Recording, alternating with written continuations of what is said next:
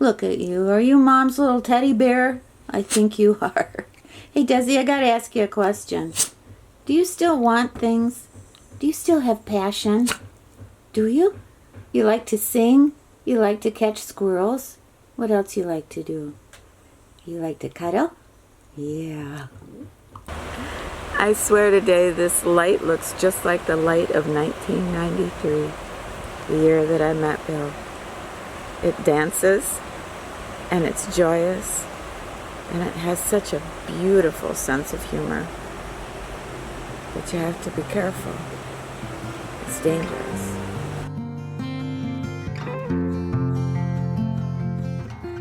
Love like wildfire, I was your entire world until I stood alone in a storm. You took the sunshine, the flames are gone now, and I watched you walk straight out of that door. Promises got lost in the dust, your boots by the door, you're not coming home.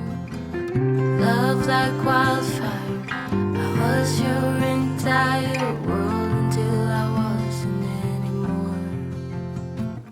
Oh, heartache, you left me behind.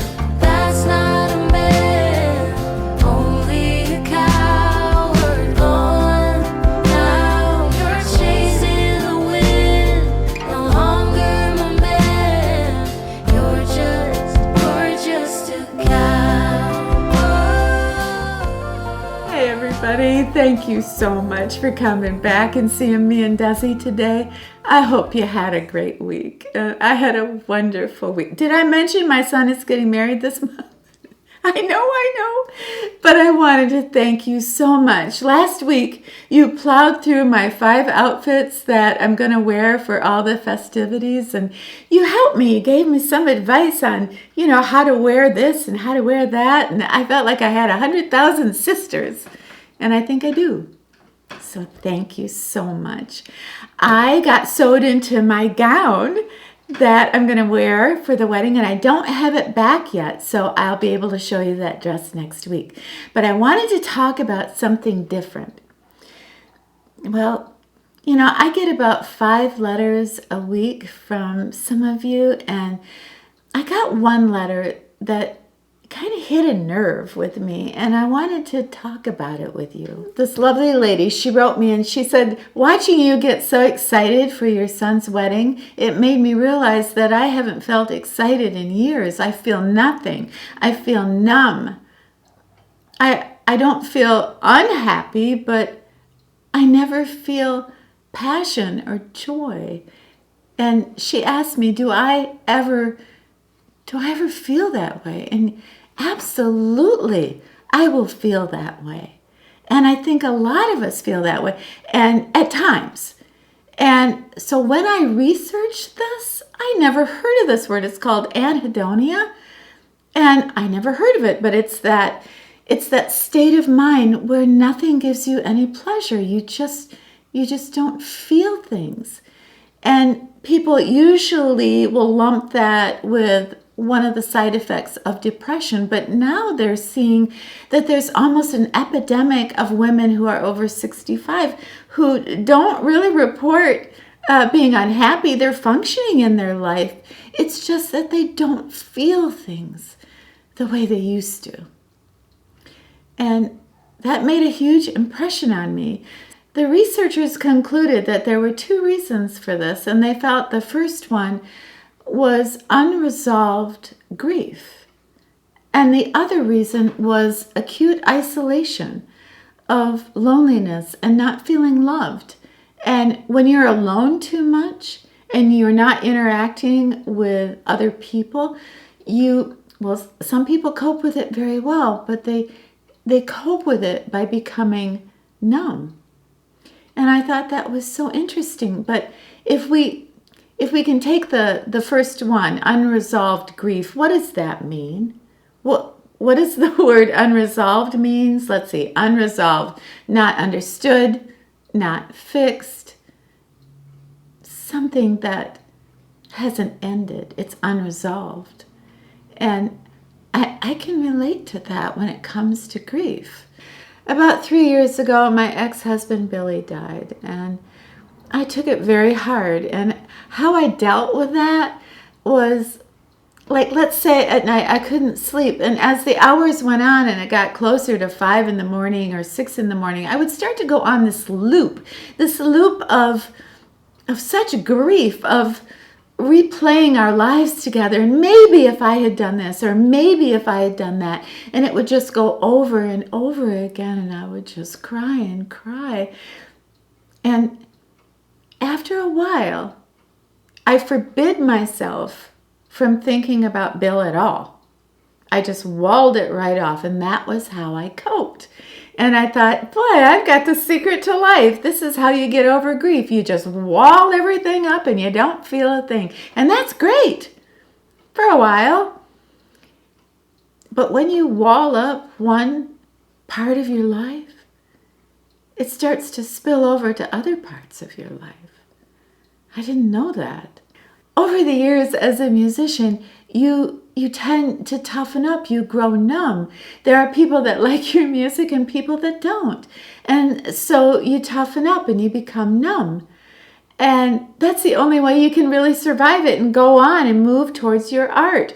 Having this little platform that I do on YouTube every day, somebody says the most beautiful, overly generous, loving things to me. And on the flip side of that, I get hate every single day. Somebody tells me I'm a scumbag.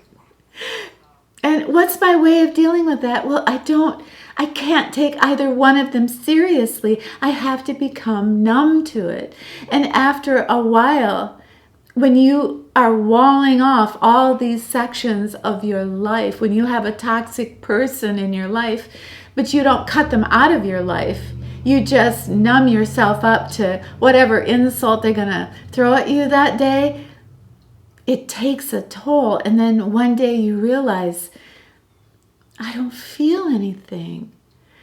I'm walking through this beautiful garden, and I'm not really seeing the color of the flowers. I look up at the sky, it doesn't look as blue as it used to.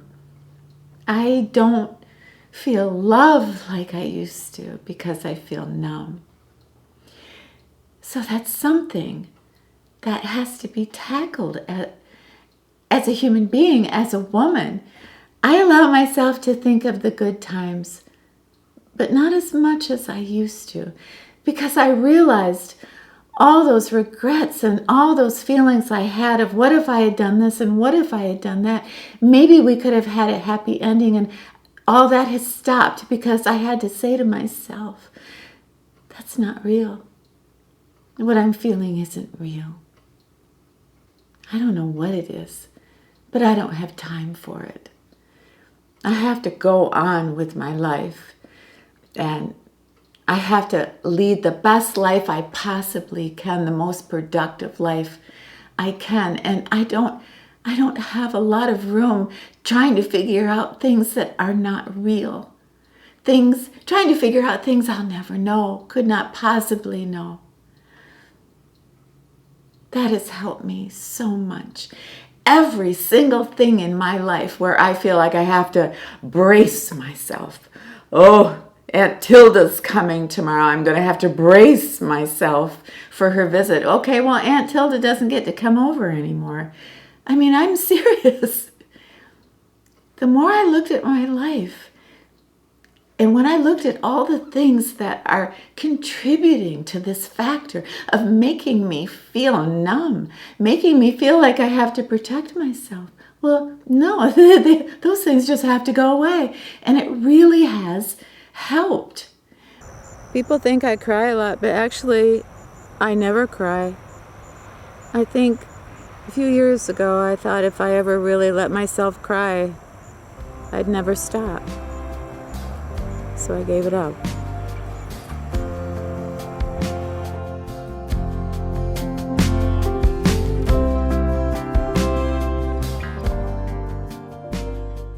As men get older, they still socialize. They will still get up at 6 in the morning and play golf or go to the coffee shop.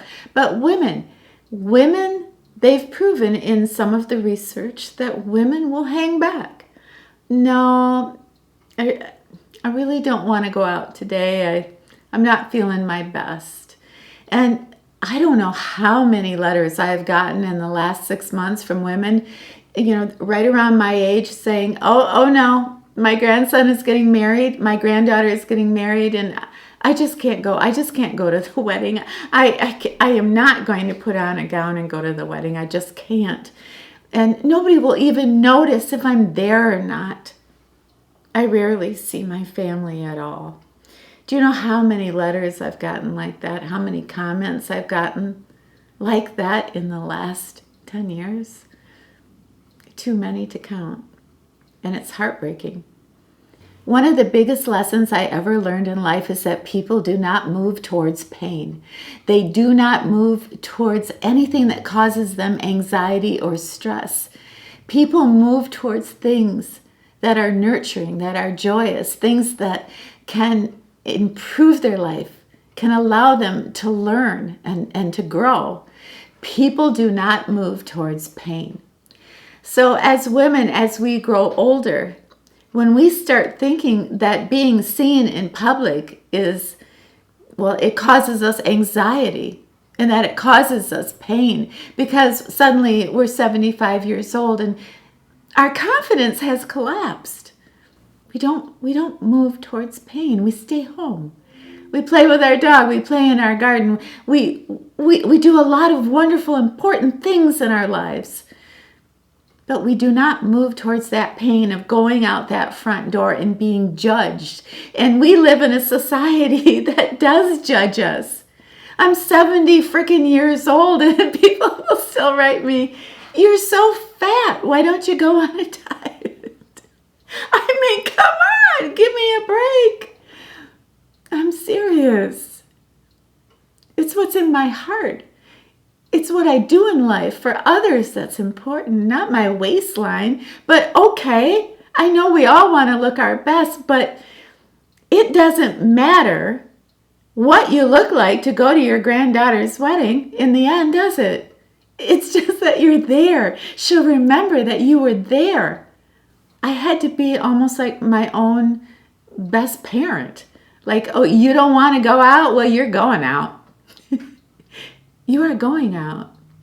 And the more I did that, the more I got used to it. But just know that isolation and not going to events, not taking part in maybe family functions, or maybe just going out and meeting new people, maybe just going out to the store, or to the mall, just anywhere, anything that you can think of.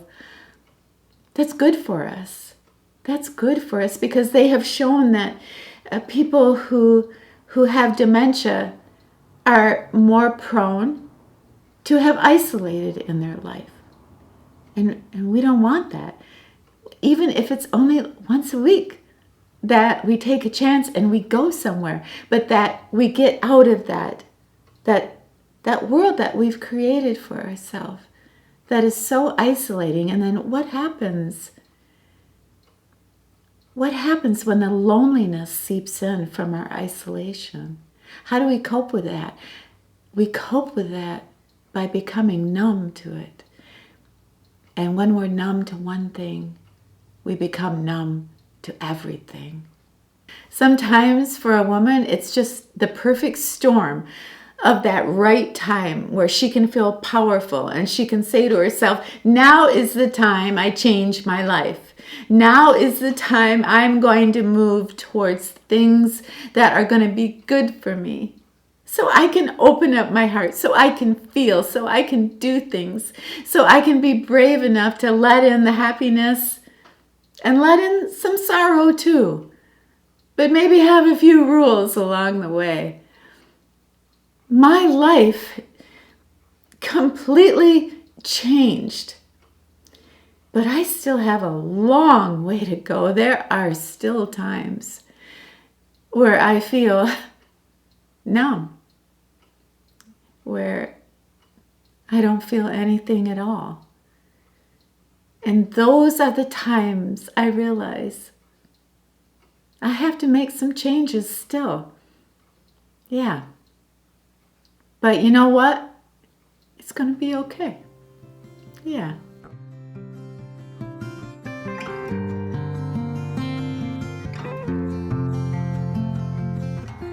Love like wildfire, I was your entire world until I stood alone in a storm. You took the sunshine, the flames are gone now, and I watched you walk straight out of that door. Promises got lost in the dust, your boots by the door, you're not coming home. Love like wildfire. Hey everybody, thank you so much for hanging out with us today. I loved every second of it. If you get a chance down below, could you share if you ever felt numb in your life? Please. Have yourself a happy, safe, joyous summer week, and when you're done with your week, you come back and see me and Desi, okay? All right?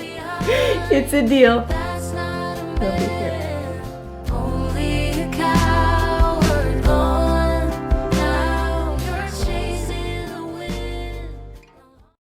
You know, I gotta say, sometimes I wonder why they group certain stores together.